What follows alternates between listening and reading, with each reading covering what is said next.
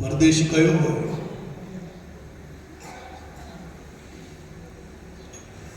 ખૂબ ખ્યાલ રાખજો. અને એ બેન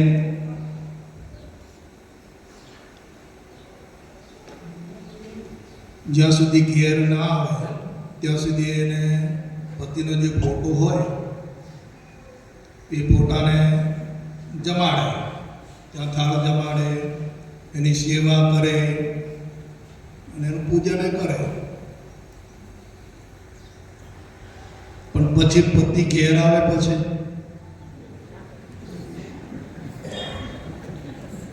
ફોટાને પૂજે. બોલો કેમ છે આ વાત?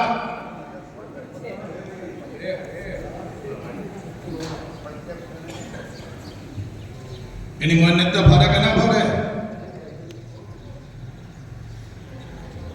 પછી ફોટા જાય થાળી લઈ પૂજા કરવા, ઘેર આવી ગયા ને પ્રગટ મળી ગયા પછી તો કેમ છે આ વાત?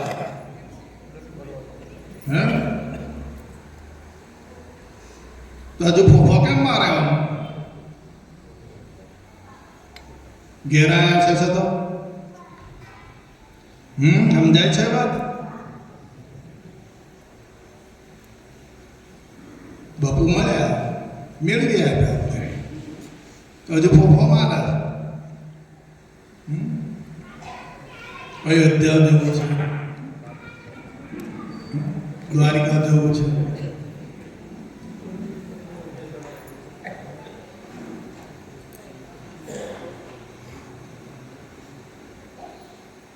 बापू કહે છે કે તેરા વેરી કોઈ નહીં, तेरा वेरी फैल. तू अपने फैल को छोड़ दे तो कर गली गली से.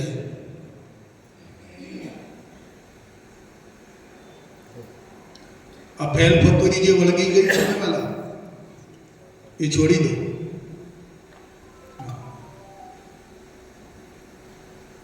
પિંડને શું રખડાવે પાપી, તારી આ વૃત્તિ સ્થિર કેમ નથી થતી?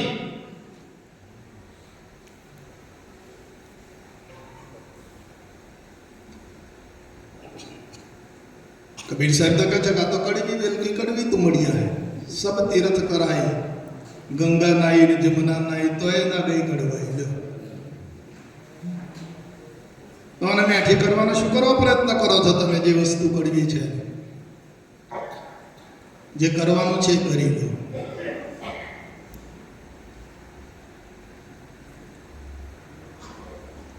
આ દેહ ચેતનવંત તો કોના લીધે છે? આ ઇન્દ્રિયો અંતસ્કરણ કોના લઈને ચેતનવંતું છે? વાલા તમે આ દેહમાં છો, તમારો પ્રકાશ અંદર છે, તમારી ચેતના છે, તો આ બધું ચેતનવંતું છે.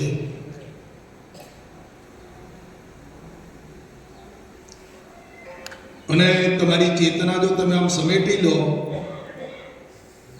તો દેહ પડી જવાનો.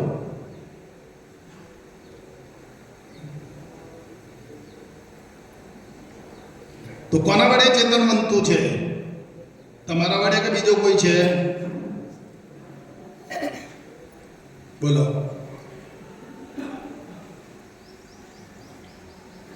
ચેતના એ તમે છો અને તમારી ચેતનતાના વડે આ શરીર ચેતનવંતું છે.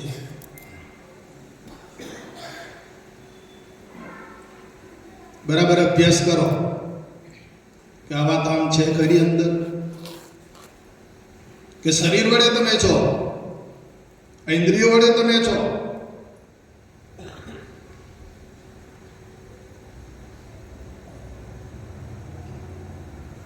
સમજાય છે વાત? સમજાય છે? દેહ વડે આપણે છીએ કે આપણા વડે દેહ છે? આપણા વડે દેહ છે ચેતનવંત.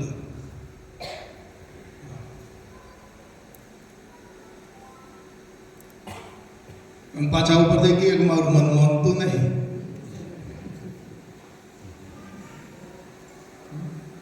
તમારા પ્રકાશથી તો મન ચેતનવંતું છે અને મન તમને નહીં માને.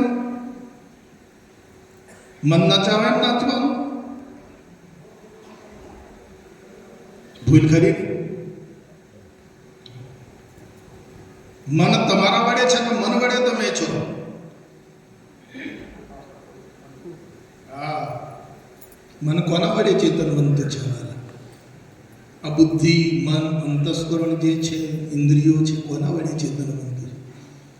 અને પાછા એવા રોક થઈ ગયા કે મારે ઇન્દ્રિયો કાબુમાં નહીં રહેતી, મન કાબુમાં નહીં રહેતું. કોની નબળાઈ છે?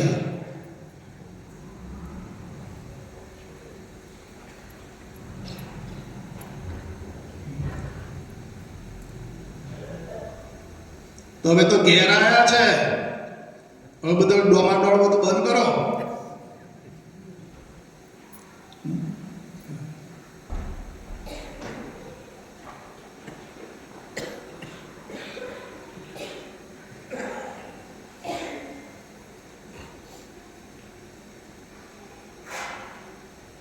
કરોડો વર્ષનું અંધારું હોય આમાં, અને એને અંધારાને કાઢવા માટે આપણે ગમે એટલા પ્રયત્નો કરીએ તો અંધારું જાય ખરું? તો અંધારાને કાઢવા માટે શું કરવાનું? કેવળ એક જ પ્રકાશની જરૂર છે.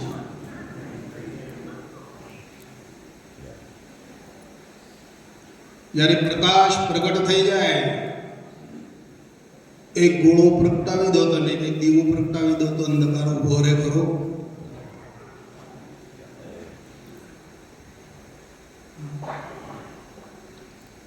આ જગત અંધારાને ઉલેચવા માટે, કાઢવા માટે કેટલા પ્રયત્નો કરે છે. અને હવે તમારે પ્રયત્ન રહ્યો ખરો અંધારાને કાઢવાનો?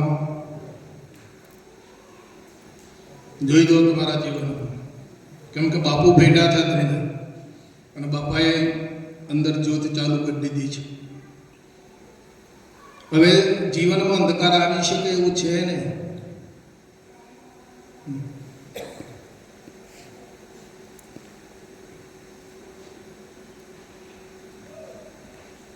અંધારું ગયું, અજ્ઞાન ગયું, અવિદ્યા ગઈ.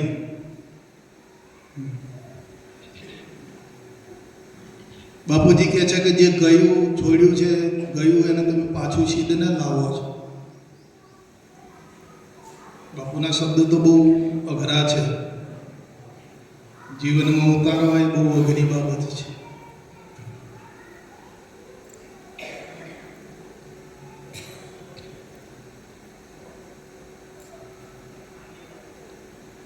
કે અમે તમારું અજ્ઞાન છોડાવી લીધું છે, તમારી અવિદ્યા અમે હરી લીધી છે, તમારો મેલ અમે ત્યાગ કરાયો છે.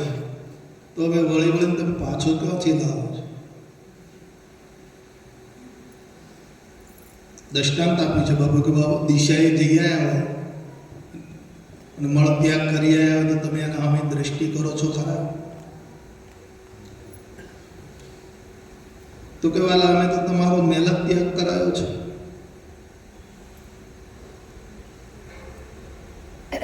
અમે તો ભંગીનું કામ કર્યું છે.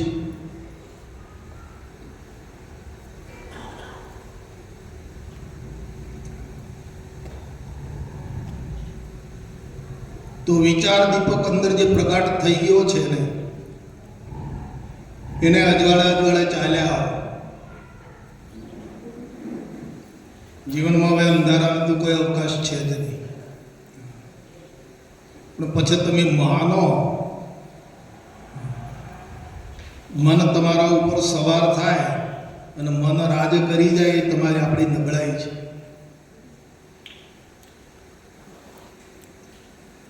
કે તમારા વડે બધું આ તંત્ર છે.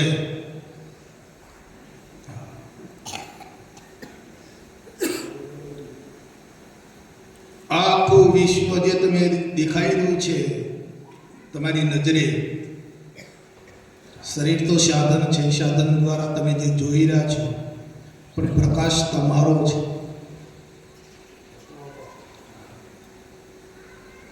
તમારા પ્રકાશથી આ સાધન દ્વારા તમે આખા વિશ્વને નિહાળી રહ્યા છો.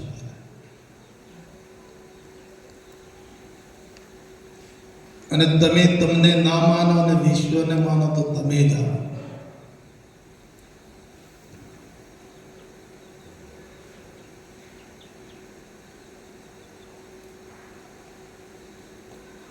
એવા મહાન સબળ છો.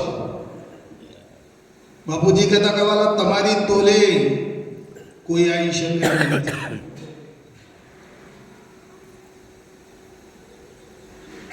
તમે એવા મહાન સબળ છો, તમારી તોલે વાળો કોઈ આવી શકે છે. તમારાથી કોઈ મોટું એ નથી.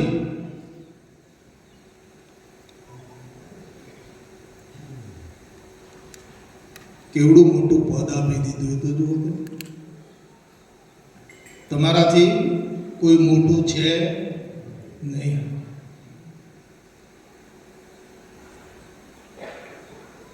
તો હવે શું બનવું છે તમારે?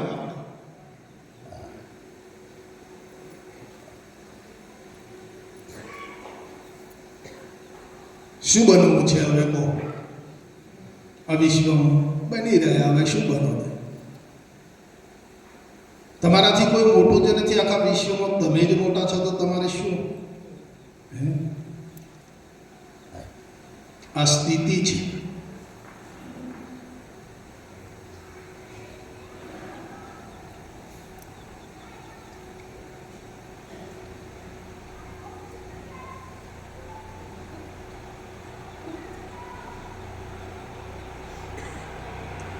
પણ આ આગળનો પડેલો જે અધ્યાસ છે ને, હવે સ્વરૂપમાં તો કઈ બોલાય એવું નથી. સ્વરૂપમાં કઈ વિવેચન કરાય એવું નથી. સ્વરૂપને પામવા માટે, સ્વરૂપ સ્થિતિ લાવવા માટે વિવેચન પ્રવચન હોય. પણ સ્વરૂપ સ્થિતિ એવી છે, એવે વ્યાપક સ્થિતિ છે. આ તમારું જે સ્વરૂપ છે જોઈ લો. આ જ ગુરુ મહારાજનું સ્વરૂપ. હજારો હાથ, હજારો માથા, હજારો આંખો.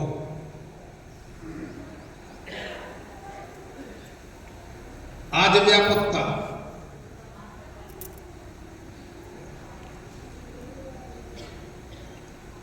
એટલે સ્વરૂપ સ્થિતિમાં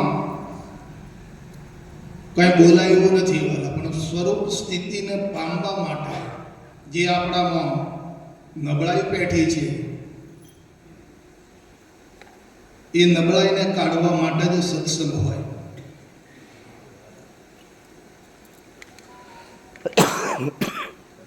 કપડું મેલું થયું હોય તો એને ધોવા માટેનો જ પ્રયત્ન કરવો પડે છે. સાબુ અને પાણીનો ઉપયોગ એટલા માટે જ કરવામાં આવે છે.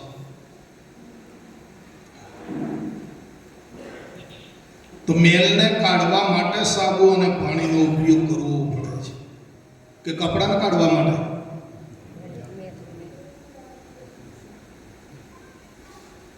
કપડું તો એની સ્થિતિ છે, પણ જે અંદર મેલ વળી ગયો છે, મેલને કાઢવા માટે સાબુ અને પાણીની પ્રક્રિયા કરવામાં આવે છે. અને એ પ્રક્રિયાથી મેલ નીકળી જાય છે. પછી કપડું ચોખ્ખું. હવે કપડામાં સાબુ નાખીએ આમ અને એને મેચોડીએ અને પછી આમ ડોળમાં બોળીએ તો એકલો મેલ જતો રહે કે સાથે સાબુ જતો રહે?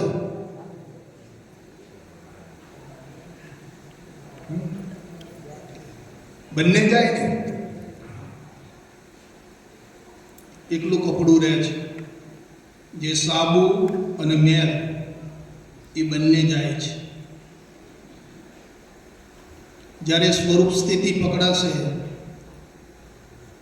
તો આ અજ્ઞાન છે અને જ્ઞાન છે એ બંને જતું રહેશે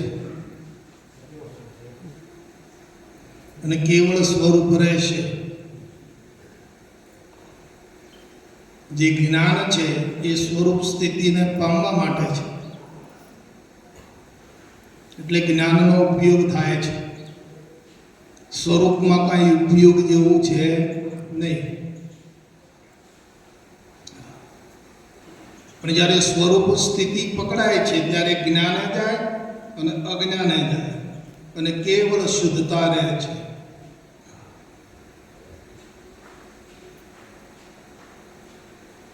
શુદ્ધ વિચાર એને કહેવાય કે કાંઈ પકડે નહીં.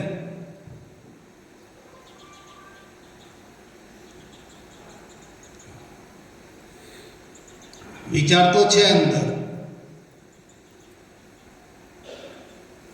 હવે વિચાર અનેક જગ્યાએ ફરીને ડોળાઈ ગયેલો વિચાર છે.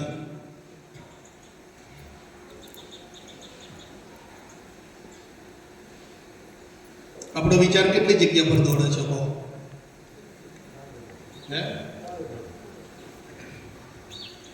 હવે ચારે જગ્યા પર ફરીને વિચાર અંદર ડોળાઈ ગયેલો છે.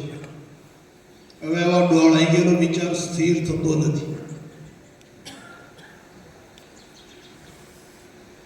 અને વિચાર સ્થિર થાય તો સ્વરૂપ દર્શન થાય.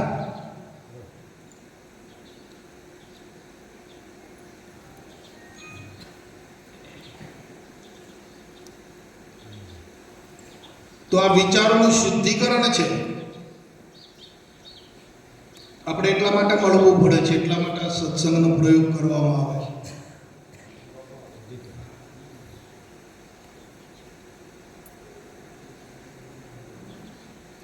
વિચાર શુદ્ધિ.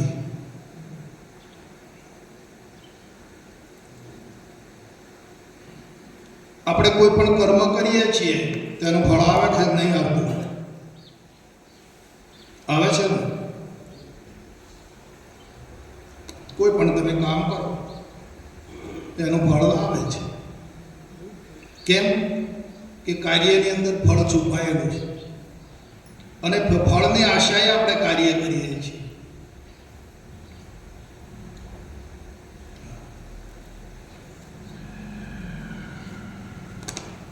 તો અહીંયા નિષ્કર્મ કહેવાય છે કે ફળની આશા રહિત કર્મ કરવા. કર્મયોગમાં ભગવાન નિષ્કામ કર્મયોગની અંદર એવું કહેવામાં આવે છે કે તમારે કોઈ પણ પ્રકારની ફળની આશા રહિત તમે આ કાર્ય કરો. તો ફળની આશા રહિત તો કાર્ય કયું કરીએ? આ જે ભક્તિ છે, જ્ઞાન છે, વૈરાગ છે, તે એમાં કાંઈ પણ તમે અપેક્ષા જોડી શકો નહીં. નિસ્વાર્થપણે નિષ્કલંકપણે તમે આ કાર્ય કરો,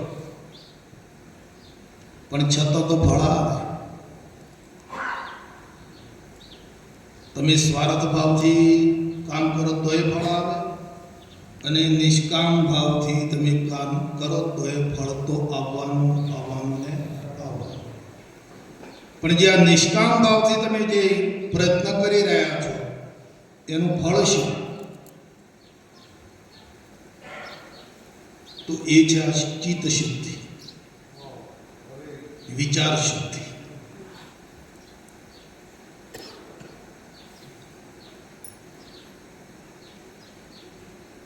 વિચાર જ પરમ સુખ છે અને વિચાર જ મહાદુઃખ છે બધા.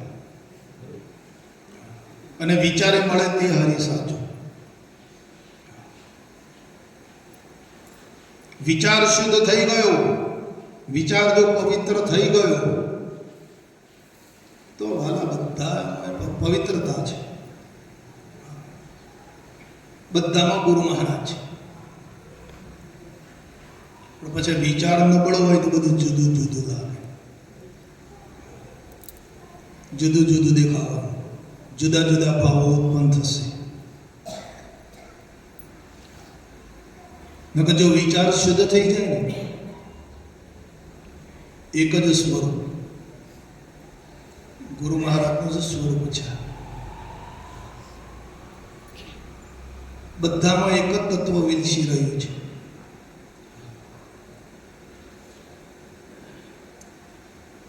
પણ એ ક્યારે?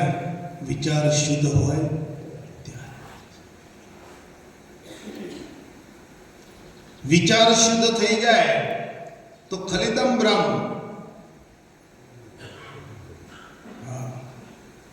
જેને આપણે આ જગત કહીએ છીએ, જેને આપણે દુનિયા કહીએ છીએ, જેને આપણે સંસાર માન્યો છે, એ બધું જ બ્રહ્મ સ્વરૂપ થઈ જાય, બધે જ શુદ્ધતા વ્યાપી જાય. વિચાર જો શુદ્ધ થઈ ગયો તો આખા વિશ્વમાં શુદ્ધતા વ્યાપી જાય છે.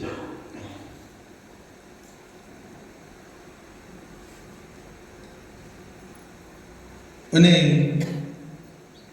જગત જેવું કાંઈ રહે નહીં.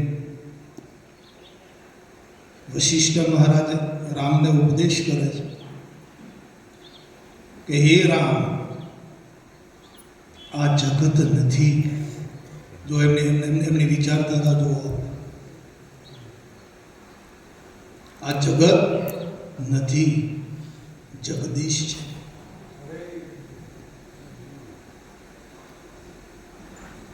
તું જેને જગત માને છે ને, એ જગત નથી, જગદીશ છે.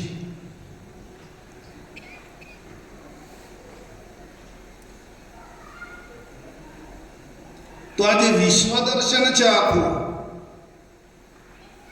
એ જ આપણું નિજ સ્વરૂપ છે. પણ વિચાર શુદ્ધ થાય તો જણાય. નકે જો મઠવાળો, ઘટવાળો, ઘટાકાશ, મઠાકાશ આવો વિચાર હોય ને, તો સ્વરૂપ દર્શન હરિમય જગત નહીં દેખાય.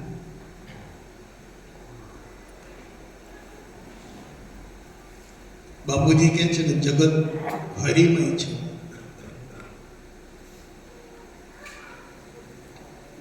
તો આપણને આ જગત હરિમય દેખાય કે જુદું જુદું ભળાય?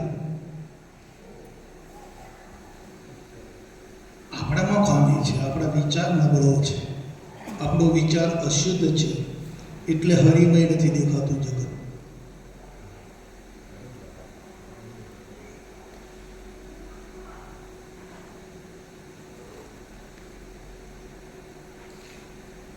જગત એવમ હરિ, હરિ એવમ જગત.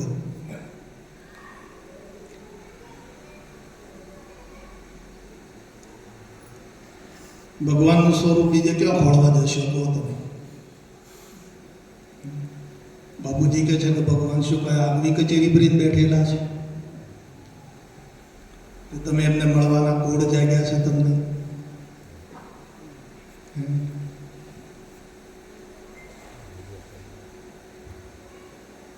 તો આજે જ્ઞાની પુરુષો છે એ આપણી દ્રષ્ટિ બદલી નાખે છે, આપણો વિચાર બદલી નાખે છે. બોધમાં શું કરવામાં આવે છે? તો દ્રષ્ટિ જ બદલવામાં આવે છે, વિચાર જ બદલવામાં આવે છે. પણ એ બદલેલો વિચાર ટકતો નથી કાયમ,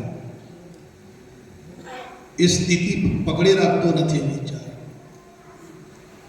થોડા દાડા કરંટ રહે, પેલી બેટરી ચાર્જિંગ કરેલી હોય તો થોડા દાડા રહે, પાછી ઉતરી જાય છે.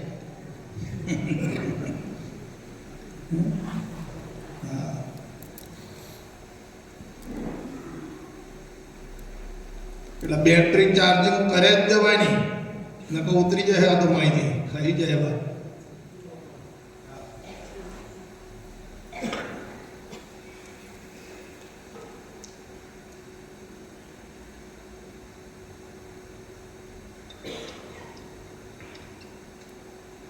ઘણા પ્રમાણો આપીશું આપણે, ઘણા જ દાખલા લઈશું, પણ બધા જ દ્રષ્ટાંતો, બધા જ દાખલાઓ કેવળ એ બધા આપણા પોતાના નિજ સ્વરૂપ ઉપર આવીને ઠરશે.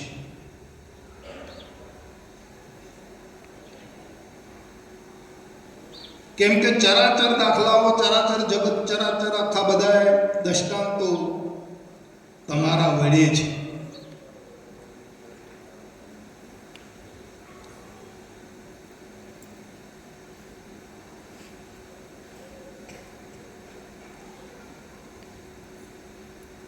જેનું આપણે વેદન કરી રહ્યા છીએ, જેનું આપણે એ કરી રહ્યા છીએ, પણ આ વધનારો છે ને, એનું જ છે આ બધું.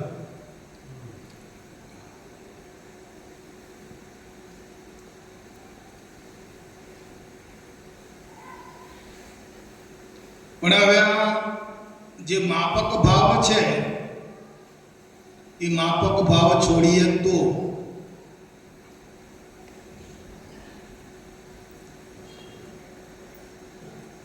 આ માપકમાં જે બેહી ગયા છીએ ને એ જ ભૂલ, એ જ અજ્ઞાન છે. માપક વાળો ભાવ છોડી દો. આ મઠાકાશ ને ઘટાકાશ જે ભાવ છે ને એ છોડી દો. મહાકાશ છે ને એ ભાવ લાવો.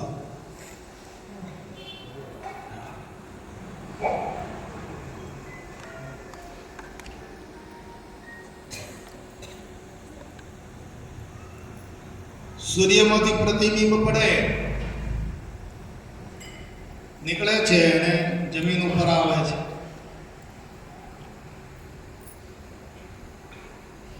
તો એ ખાડામાં પ્રતિબિંબ પડે છે. જમીન ઉપર ખાડો હોય પાણીનું ભરેલું અને એ ખાડામાં પ્રતિબિંબ પડે છે.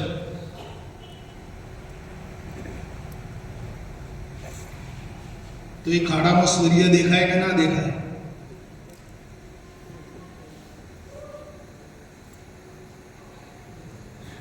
પ્રતિબિંબ રૂપે જે સૂર્ય અંદર છે, જો આકાશમાં સૂર્ય છે એવો સૂર્ય ખાડામાં દેખાય કે નથી દેખાતો? દેખાય છે. બરાબર ખ્યાલ રાખો. તે સૂર્યને ખાડામાં રહેલા સૂર્યને અને ખાડાનો સંબંધ શું છે?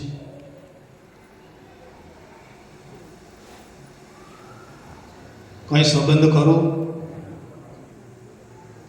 ખાડામાં રહેલું પાણી મેલું થાય, ડોળાઈ જાય તો પેલું પ્રતિબિંબ મેલું થઈ જાય, સૂર્ય મેલો થાય. કારણ કેમ આ બધું આવું માનવામાં આવે છે? હું આમ થઈ ગયો ને તેમ થઈ ગયો.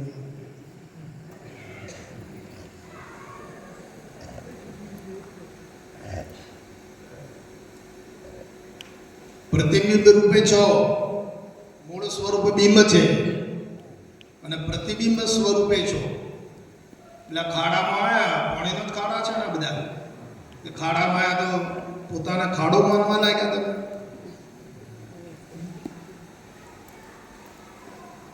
કે પ્રતિબિંબ એમ માને કે ખાડું એ ઊંચું છે, બરાબર છે.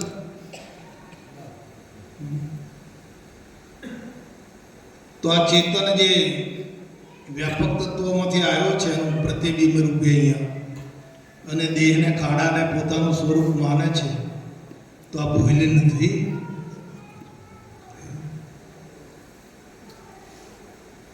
તે શું આ શરીર જે આ બધા ખાડા છે, પોણીમાં આવું ઉભા થયા છે, પોણી ભરેલું છે.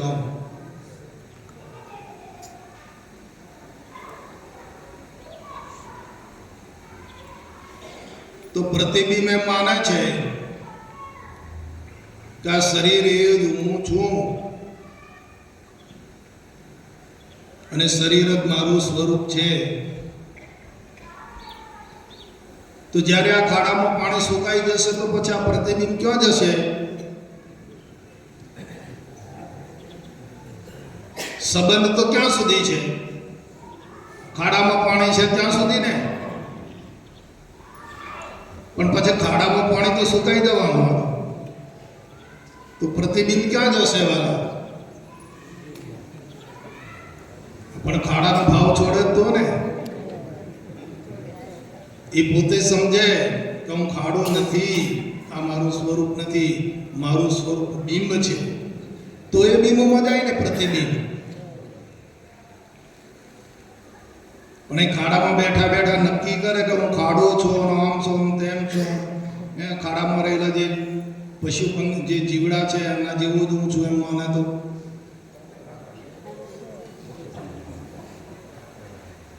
સમજી લેજો વાતને. બાપુ આપણી પાસે આવવા નક્કી કરાવે છે.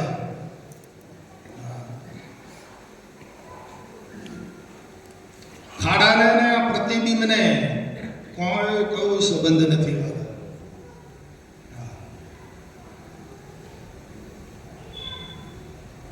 ખાડો ખાડો કરીને વળગી ના પડો ને.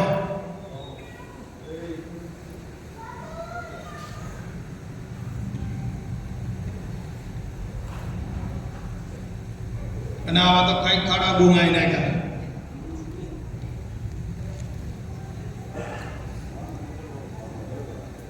આવા તો કઈક ખાડા ગુમાઈ નાખ્યા, કઈક ખાડોમાં રખડી આવ્યા છીએ. ઘણા બધા ભોગ પદાર્થો ભોગવી લીધા છે, પણ ભોગ પદાર્થોમાં પૂર્ણતા નથી. શાંતિ નથી વાલા ભોગ પદાર્થો.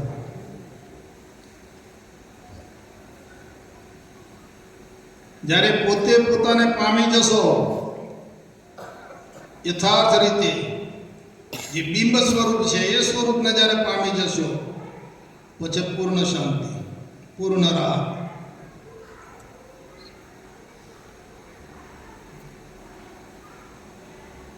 ખાડામાં રહીને શાંતિ ભોગવવા માંગશો તો કદી મળે નહીં.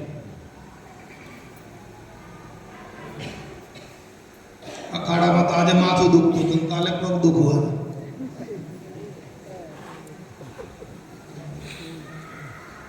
માથું માટે તારા પગે દુખે, પગ માટે તારા હાથ દુખે. લે આ ખાડામાં શાંતિ ખરી?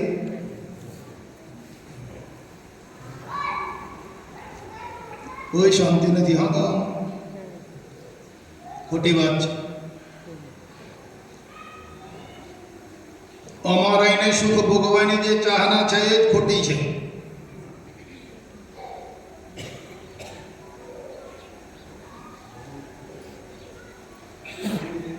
હા, અમારી અને જે સુખ ભોગવવાની આશા છે ને એ જ ભૂલ છે. સુખી થવું તો બહાર નીકળી જાઓ.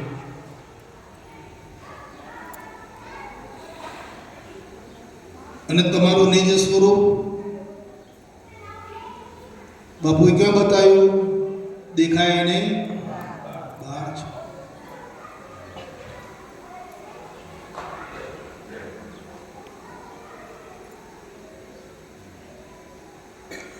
तो अपने फेर को छोड़ दे,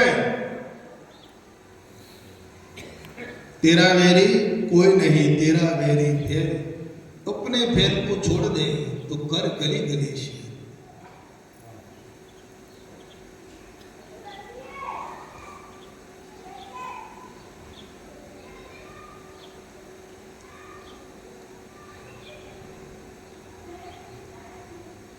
તું દેવોનો પણ દેવ છે, તારાથી વિશ્વમાં કોઈ મોટું મહાન છે નહીં.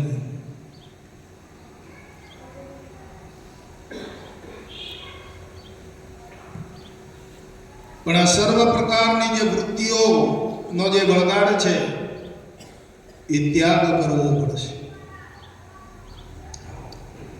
ચિત્ત શુદ્ધ કરી લેવું પડશે, વિચાર શુદ્ધ કરી લેવો પડશે. અને જ્યારે વિચાર શુદ્ધ થશે તો એ પદને પામી શકાશે.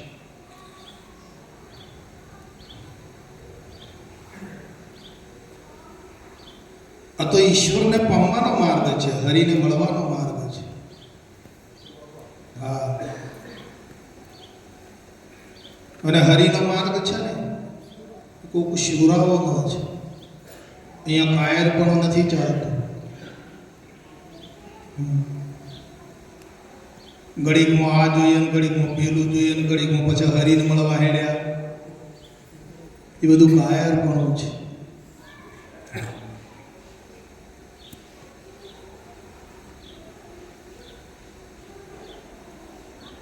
કેમ? જેનામાં શિવરાત્રી ચડે ને કે બસ આ જ કરી લેવું છે, આ જ મેળવી લેવું છે, એવું જેને શિવરાત્રી ચડી જાય ને. હા, બાપુજી કહે છે કે લડાઈમાં જે શરૂ થઈને જે રણ મેદાને ગયું હોય એ મરવાની પરવા કરે ખરો? જે બાર વટે ચડ્યો હોય એ પછી જીવવાની આશાએ ચડે.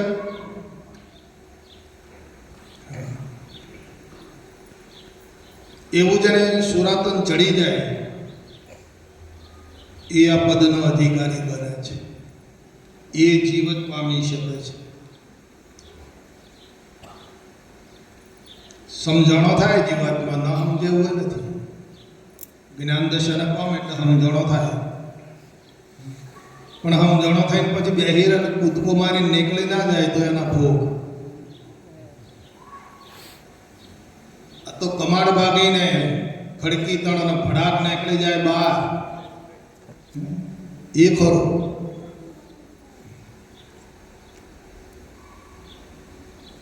કૂદકો મારવો પડશે, નીકળી જવું પડશે માહિતી.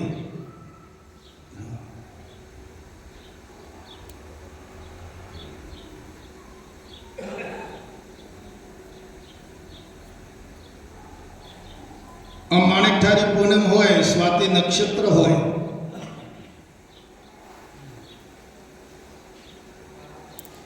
અને વરસાદ એની ઘટામાં તૈયાર કરતો હોય, આવો સમય હોય ત્યારે સમુદ્રમાં છીપ છે ને નીચેથી આવે, તળિયેથી.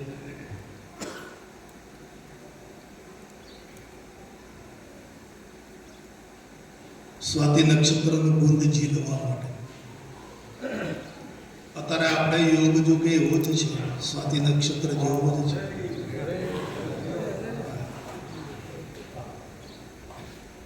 તે નીચેથી છીપ ઉપર આવી જાય પાણીના સ્તર ઉપર સુધી, સમુદ્રનું પાણીનું જે લેવલ હોય ને એના લેવલ સુધી આવે છે.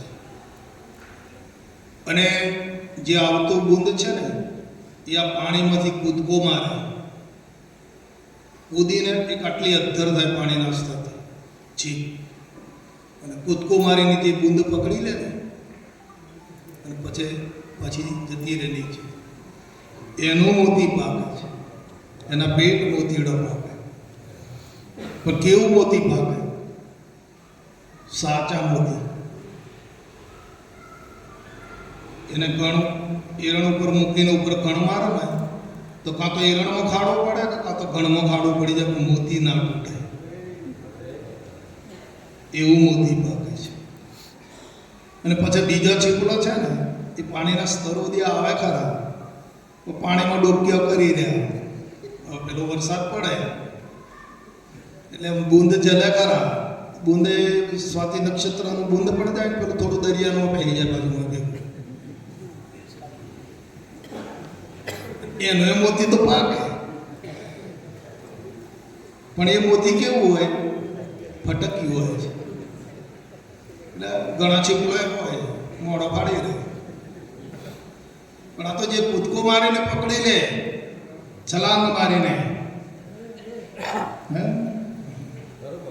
કૂદકો મારીને ભડાક દઈને મહારાજ જ્યારે નામરૂપની બારી ખોલન જે નીકળી ગયું એ કરું છું.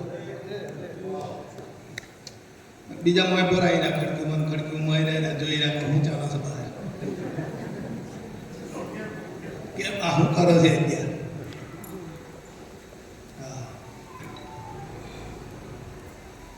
જ્યારે મહારાજ બારી ખોલે, નામરૂપની ખડકી ખોલે છે, અને જે માહિતી છટકી ગયો એ મણિધર થાય.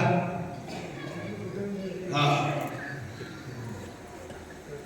સાપણ છે ને ઈંડો મૂકે છે, નાગણી છે ને ઈંડો મૂકે છે, ગોળ ગોળ ઈંડો મૂકે અને પછી ઈંડો પોતે ફોડીને ખાઈ લે.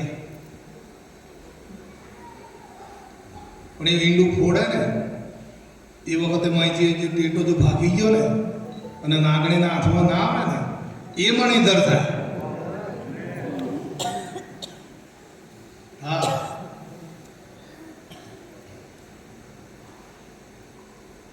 બહુ અજબ ગજબની વાત છે. શી ખબર ગુરુ મહારાજે આ લીલા કરી છે બધી.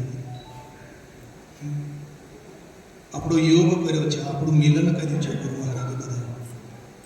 યોગ એટલે મળવું. આ ગુરુ મહારાજની કૃપાથી આપણે મળી શક્યા છીએ. અને ગુરુ મહારાજ આપણને આવું બધું સૂચવન કરી રહ્યા છે એમની પરાવાણી દ્વારા. એટલે આપણે બધા ભાગ્યવાન છીએ કે આપણે આ રસને માણી રહ્યા છીએ. અત્યારે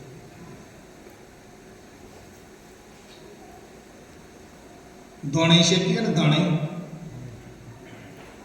મકાઈની ધાણે ફૂલ પડી જાય ને, ધાણી શેકવામાં આવે ત્યારે શેકે ફૂલ પડી જાય અંદર.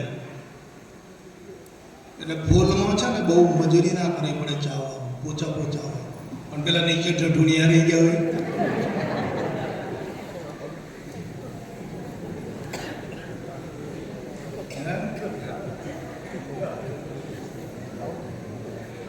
નીચે ઢઢુણિયા રહી જાય ને બધાનો ફૂલો થોડો પડી જાય.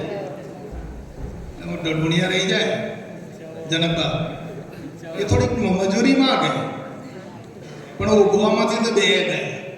ઢઢુણિયા ના ઉગે અને ફૂલે ના ઉગે, ઉગવામાંથી બધા ગયા છે. એ ફરી વાર તો ઉગે નહીં.